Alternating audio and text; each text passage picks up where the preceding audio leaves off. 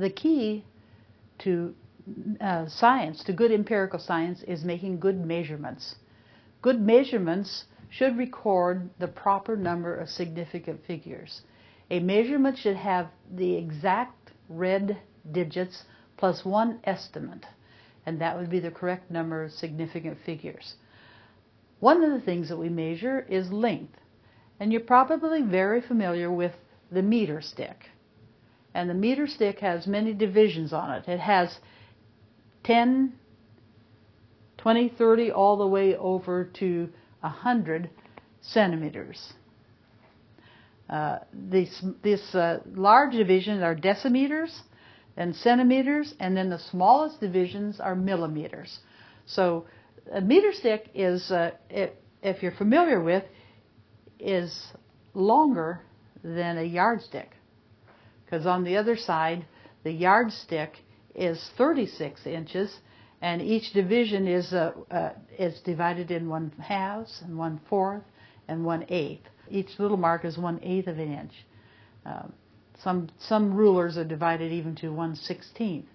But in the metric system, the divisions are each 1/10 of the previously larger division. So important way to measure is by length. And the rule for measurement is that you should record the number of significant figures with one estimate. Let's look at the board on how to record a correct thing. For instance, you might have a scale that looks like this, 2 and 3, and you'd like to know what that number is. Well, that should be read in the following manner. First of all, you notice that there are 1, 2, 3, 4, 5 divisions. Notice I'm counting the spaces, not the marks. And so if you take 3 minus 2 and divide by the number of divisions, you end up with 1/5 equal 0.2. So each mark is 0.2. 2, 2.2, 2.4, 2.6, 2.8, 3. And so this reading should be 2.2, and then I must estimate how far between 0.2 and 0.4 it is. Well, it's not halfway in between, it's near to it. So I think that a good reading for this would be 2.2, and then this 0.4, I would say 0.8. So notice the correct measurement would be to know the exact one, and the third significant figure here is an estimate between the marks. This scale down here is probably one you're more familiar with. There are 10 divisions, 1, 2, 3, 4, 5, 6, 7, 8, 9, 10. So 8 minus 7 divided by 10 equal 0.1. So each one is 1/10. And so if I want to read something like here, I'm going to look at this and I'll say 7, 7.1, 7.2, 3, 4, 7.5, 7.6, and then I have to estimate the difference between here. And I would say that that might be 0.2, 7.62. So again, when you're reading a scale, the important thing is that the last recorded number should be an estimate between the marks.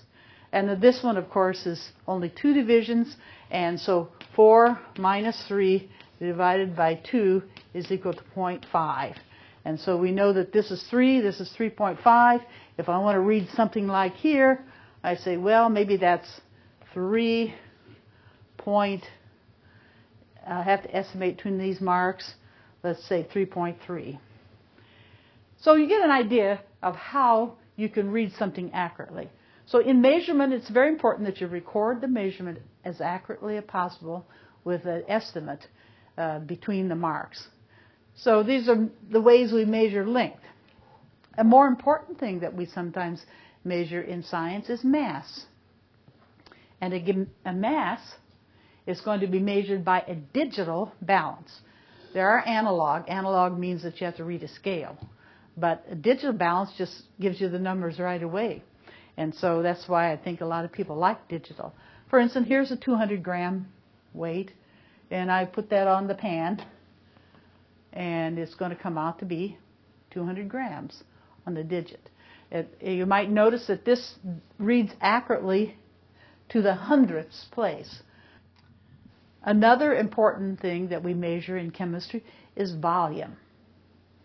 Now, volume is measured in milliliters, whereas in the metrics in the English system we measure in fluid ounces and quarts, but this is going to be milliliters and liters.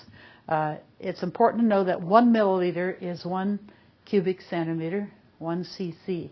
They're exactly the same, just different terminology. What do we measure with? Well, first of all, you can see that in an ordinary beaker, the side is, this is a 150 milliliter beaker, and you have graduations here up to 140. Very crude graduations, but at least that gives you an estimate. Other things we measure with are graduated cylinders. You notice graduated cylinder means that it's marked here. And in order to read this, we would also have to, how much volume it is, we'd have to read eye level and estimate between the marks for this. This is a 500 milliliter graduated cylinder. Here's a smaller one, a 100 milliliter graduated cylinder, and we have smaller ones, 10 and 5. So a graduated cylinder is kind of an important tool in the chemistry lab. Another one would be the volumetric flask. It's the most accurate of all measures. You notice it has a huge volume. This is 1,000 milliliter or 1 liter. Get an idea what 1 liter is. And it's filled up, and then there's a narrow neck and there's a mark. And so that's very accurate that it's on this narrow neck. This is a 100 milliliter volumetric flask, and we have various sizes to measure very accurately the volume. And this is another 100 milliliter. So volume is measured in quantity by graduated cylinders, by volumetric flasks. It's also familiar that you might be. Let's move over and look at some more volume measures. This is a burette. And the burette is graduated from 0 all the way down to 50 milliliters. And the burette is designed to read the initial reading and then to deliver a certain amount very carefully. As it goes down, you'll see that it'll stop at a certain point.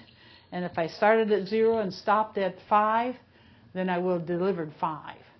It actually can deliver volumes to the hundredths place. So it's a very accurate thing. We use this in titrations. We also have pipettes. We have 2 kinds of pipettes.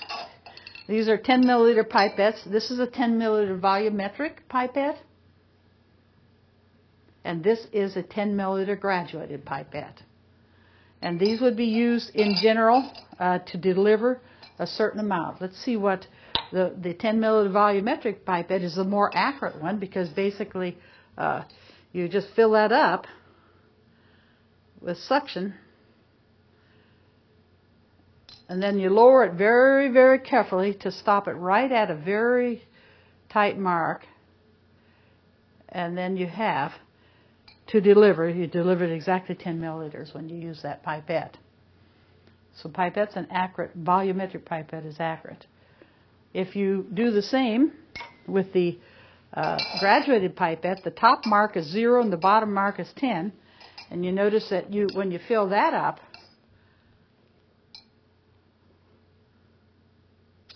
I'm going to lower it so it's exactly at the 0 mark.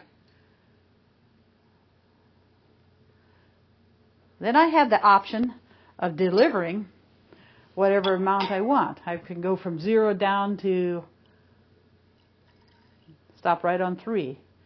I delivered 3 milliliters into the container. I could go all the way down to 10. So important thing about pipettes, they're very common transfer pipettes, very common measures of volume.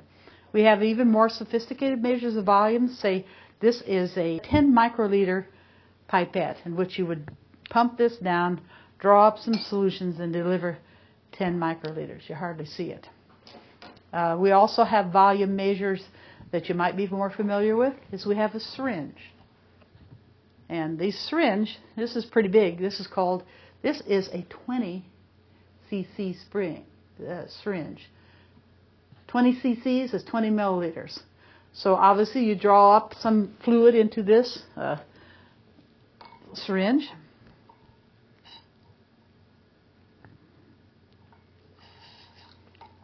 And hard to have enough, and then you can read then what amount of fluid that you have. I have about 10 cc's there exactly on the mark, and I should estimate in between 10 cc's, and then I'm able to deliver that into the container, 10 cc's. I have other sizes of. This is a 10 cc syringe.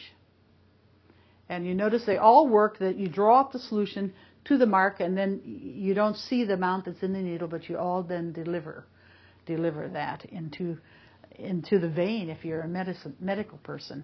And it's a pretty big thing. So we have volume measures, we have length measures, we have mass measures, all kinds of measurement in chemistry. And the important thing to remember is that each time you make a measurement, when you read the scales, you have to estimate the last digit and then record that as the significant measure. So welcome to the world of empirical chemistry. Have fun, enjoy your calculator, and the business of numbers will serve you well. Thank you.